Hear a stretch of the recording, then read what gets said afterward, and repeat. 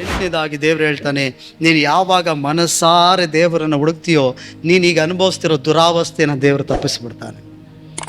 ನೀನು ಯಾವ ದುರಾವಸ್ಥೆಯಲ್ಲಿದ್ದೀಯ, ಈಗ ಇಕ್ಕಟ್ಟಲ್ಲಿದೆಯಾ, ಸಾಲದಲ್ಲಿದೆಯಾ, ಕಣ್ಣೀರಲ್ಲಿದೆಯಾ, ಬಾಧೆಯಲ್ಲಿದೆಯಾ, ಕೋರ್ಟ್ ಕೇಸ್ಗಳಲ್ಲಿದೆಯಾ, ಯಾವ ಸಮಸ್ಯೆಯಲ್ಲಿದೆಯೋ ದೇವರಂತಾನೆ ನೀನು ಮನಸಾರೆ ಹುಡುಕುವಾಗ ನಾನು ಏನು ಮಾಡ್ತೀನಿ, ನಿನ್ನ ದುರಾವಸ್ಥೆಯನ್ನು ತಪ್ಪಿಸಿ ಬಿಡ್ತೀನಿ.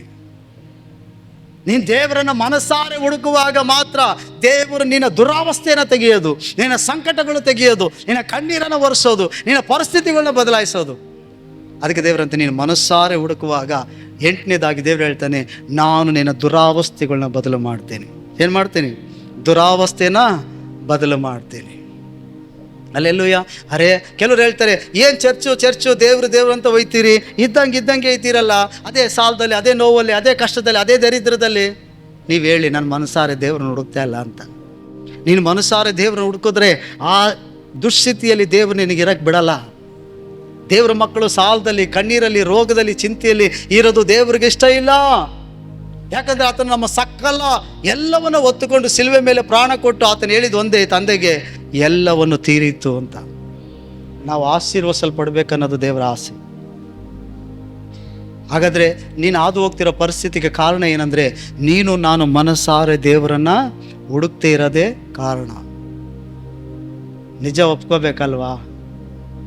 ಒಪ್ಕೋಬೇಕಲ್ವಾ? ನಮ್ಮ ದುರಾವಸ್ಥೆಗೆ ಏನು ಕಾರಣ? ನಾವು ಮನಸ್ಸಾರೆ ದೇವರನ್ನು ಹುಡುಕ್ತಾ ಇರೋದೇ ಕಾರಣ. ದೇವ್ರು ಹೇಳ್ತಾನೆ, ನೀನು ಮನಸ್ಸಾರೆ ಹುಡುಕು, ನಿನ್ನ ದುರಾವಸ್ಥೆಗಳನ್ನ ಬಿಡುಗಡೆ ಮಾಡ್ತೀನಿ. ಒಂಬತ್ತನೇದಾಗಿ ಲಾಸ್ಟ್ನೇದಾಗಿ ಹೇಳ್ತಾನೆ ನೋಡ್ರಿ, ನಾನು ನಿಮ್ಮನ್ನು ಅಟ್ಟಿಬಿಟ್ಟಿದ್ದ ಸಮಸ್ತ ದೇಶದೊಳಗಿಂದಲೂ ಸಕಲ ಜನಾಂಗಗಳ ಮಧ್ಯದಿಂದಲೂ ಒಟ್ಟುಗೂಡಿಸಿ. ಒಂಬತ್ತನೇದಾಗಿ ಏನು ಮಾಡ್ತಾನಂತೆ ದೇವರು? ಒಟ್ಟುಗೂಡಿಸ್ತಾನಂತೆ. ಇಸ್ರಾಯೇಲರು ಎಷ್ಟು ದೇಶದಲ್ಲಿ ಚದುರಿ ಹೋಗಿದ್ದಾರೋ ಅವರೆಲ್ಲರೂ ಕೂಡ ಒಂದೇ ದೇಶದಲ್ಲಿ ಒಟ್ಟು ಕೂಡ್ತಾರೆ. ಈಗ ನಿನಗೆ ದೇವರು ಏನು ಹೇಳ್ತಿದ್ದಾನೆ? ನೀನು ಆತ್ಮಿಕವಾಗಿ ಏನು ಆಶೀರ್ವಾದ ಕಳ್ಕೊಂಡಿದೆಯೋ, ಕೆಲವರು ಪ್ರಾರ್ಥನೆ ಮಾಡೋದನ್ನು ಕಳ್ಕೊಂಡಿದ್ದಾರೆ, ಕೆಲವು ದೇವರ ಅನುನ್ಯತೆಯನ್ನು ಕಳ್ಕೊಂಡಿದ್ದಾರೆ, ದರ್ಶನಗಳು ಕಳ್ಕೊಂಡಿದ್ದಾರೆ, ಅಭಿಷೇಕಗಳನ್ನ ಕಳ್ಕೊಂಡಿದ್ದಾರೆ, ಪ್ರಸನ್ನತೆಯನ್ನು ಕಳ್ಕೊಂಡಿದ್ದಾರೆ, ನಂಬಿಕೆಯನ್ನು ಕಳ್ಕೊಂಡಿದ್ದಾರೆ. ಕೆಲವು ಜನಗಳು ಮೊದಲು ದೇವರ ಅನುನ್ಯತೆಯಲ್ಲಿದ್ದಂಥ ಆ ಪ್ರೀತಿ, ಆ ಕಾರ್ಯಗಳನ್ನ ಕಳ್ಕೊಂಡಿದ್ದಾರೆ.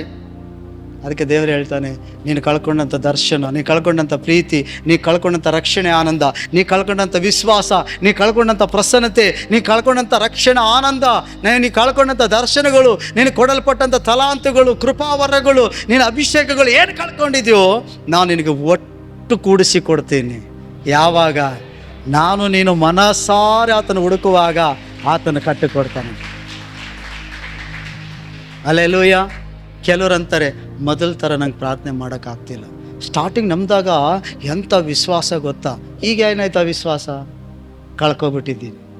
ಮೊದಲು ಎಷ್ಟೊತ್ತು ಪ್ರಾರ್ಥನೆ ಮಾಡ್ತಿದ್ದೆ ಗೊತ್ತಾ, ಮಂಡಿ ಹಚ್ಚಿ ನಿಂತ್ಕೊಂಡ್ರೆ 1, 2, 3 ಗಂಟೆ ಟೈಮ್ ಹೋಗೋದೇ ಗೊತ್ತಾಗ್ತಿತ್ತಿಲ್ಲ. ಈಗ ಮಂಡಿ ಹಚ್ಚಿದ್ರೆ ಟೈಮ್ ಎಷ್ಟಾಗ್ತದೆ ಅಂತ ನೋಡ್ತಾನೆ ಇರ್ತೀನಿ. ಅವತ್ತಿನ ಅನುಭವ ಎಲ್ಲೋಯ್ತು? ಕಳ್ಕೊಬಿಟ್ಟಿದ್ದೀವಿ. ಅವತ್ತು ಚರ್ಚಿಗೆ ಬರಬೇಕಾದ್ರೆ ದೇವರು ಬಿಡುಗಡೆ ಕೊಟ್ಟ. ಅವತ್ತು ಎಂತೆಂಥ ರೋಗ ಇತ್ತು ಗೊತ್ತಾ, ಎಂಥ ದೆವ್ವ ಇತ್ತು, ಮಾಟ, ಇದು ಬಿಡುಗಡೆನೇ ಆಗಲ್ಲ ಅಂದ್ಕೊಂಡಿದ್ದೆ. ಏಸಪ್ಪಂತ ಹೋಗುವಾಗಲೇ ಬಿಡುಗಡೆ ಆಗೋಯ್ತು. ಇವತ್ತು ಯಾಕೆ ನೀನು ಕಷ್ಟ ದೇವ್ರು ಬಿಡುಗಡೆ ಮಾಡ್ತಿಲ್ಲ? ಆ ನಂಬಿಕೆ ಕಳ್ಕೊಂಡ್ಬಿಟ್ಟಿದ್ದೀನಿ, ಆ ನಿರೀಕ್ಷೆ ಕಳ್ಕೊಬಿಟ್ಟಿದ್ದೀನಿ. ದೇವರು ಅವತ್ತು ಮಾಡಿದಂಥ ಅದ್ಭುತ ಇವತ್ತು ಮಾಡ್ತಾನೆ ಅನ್ನೋ ವಿಶ್ವಾಸ ಕಳ್ಕೊಬಿಟ್ಟಿದ್ದೀನಿ. ಕೆಲವರಲ್ಲಿ ಇವತ್ತು ಹೆಂಗೆ ಗೊತ್ತಾ, ಕಾಲಿಟ್ಕೊಬಿಟ್ಟು ಏನಾರು ಕೊಡ್ಸಪ್ಪ.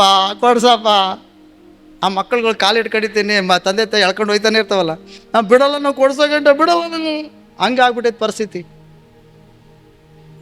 ಹಲ್ಲೆಲೂಯಾ. ದೇವರು ನೀನು ಕೊಟ್ಟಂಥ ದರ್ಶನ ಕಳ್ಕೊಂಡಿದ್ಯಾ? ನೀನು ಕೊಟ್ಟಂಥ ಪ್ರಾರ್ಥನೆಗಳು ಕಳ್ಕೊಂಡಿದ್ಯಾ? ಪರಿಶುದ್ಧತೆ ಕಳ್ಕೊಂಡಿದ್ಯಾ? ನೀನು ಕೊಡಲ್ಪಟ್ಟಂಥ ಏನಂತೆ ದೇವರು ತಲಾಂತುಗಳನ್ನ ಕಳ್ಕೊಂಡಿದ್ಯಾ?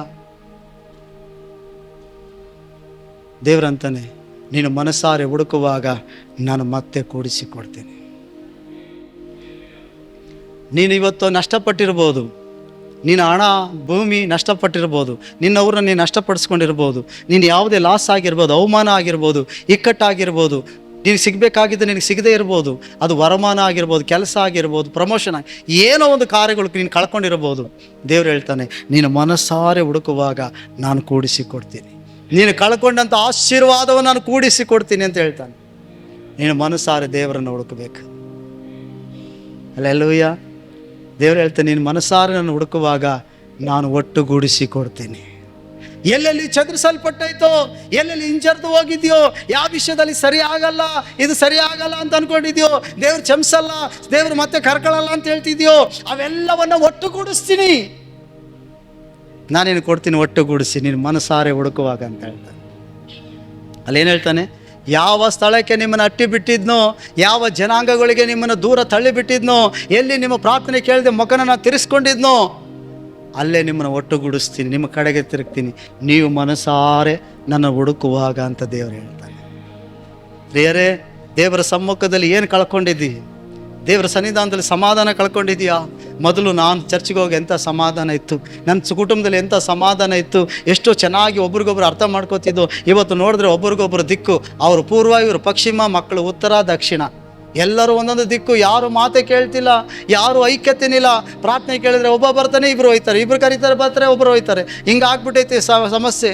ನಮ್ಮ ಮನೇಲಿ ನೆಮ್ಮದಿನೇ ಇಲ್ಲ, ನಮ್ಮ ಮನೇಲಿ ಸೈತಾನ ಕಾಟಗಳು ಮೊದಲ ಥರ ಯೇಸು ಸ್ವಾಮಿ ನಂಬಕ್ಕಿಂತ ಮುಂಚೆ ಇದ್ವಲ್ಲ, ಆ ಥರ ಆಗ್ಬಿಟ್ಟೈತೆ ನಮ್ಮ ಮನೇಲಿ. ಚರ್ಚಿಗೆ ಬಂದರೂ ನೆಮ್ಮದಿ ಇಲ್ಲ ಅಂದರೆ ನಿನ್ನ ಜೀವಿತದಲ್ಲಿ ದೇವರನ್ನು ಕಳ್ಕೊಂಡಿರ್ಬೋದೇನು? ನೀನು ಮನಸಾರೆ ದೇವರನ್ನು ಹುಡುಕು, ಮನುಷ್ಯರನ್ನಲ್ಲ. ನೀನು ದೇವರನ್ನು ಹುಡುಕುವಾಗ ಕಳ್ಕೊಂಡಿದ್ದನ್ನು ದೇವರು ಒಟ್ಟುಗೂಡಿಸಿ ಕೊಡ್ತಾನಂತೆ.